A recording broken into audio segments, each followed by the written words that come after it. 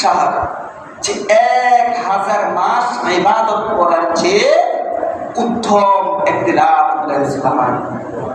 খায়রুন এটা ইসমে তাবদীলের সিগা, ঠিক না? খায়রুন ইসমে তাবদীলের সিগা। ইসমে তাবদীল সাধারণত ব্যাপক অর্থ বহন করে, ব্যাপক অর্থ বহন করে। ইসমে তাবদীলের মূল মাদ্দা আলিফ লাম মিম থেকে। খায়রুন এখানে মিম আসছে, খায়রুন মিন আলফি শাহর, ব্যাপক অর্থ, বেশি অর্থ প্রদান। যেরকম আল্লাহু আকবার, আল্লাহু আকবার, আকবার এটা কি ইসমে তাবদীলের সিগা। আচ্ছা, আল্লাহু আকবার মিন কুল্লি শাই, যে আল্লাহ কত বড়, যে এত বড়, এত বড়, এটা মাপার কোনো কি নাই, যন্ত্র নাই, এতই বড়, এত অর্থ বহন করে।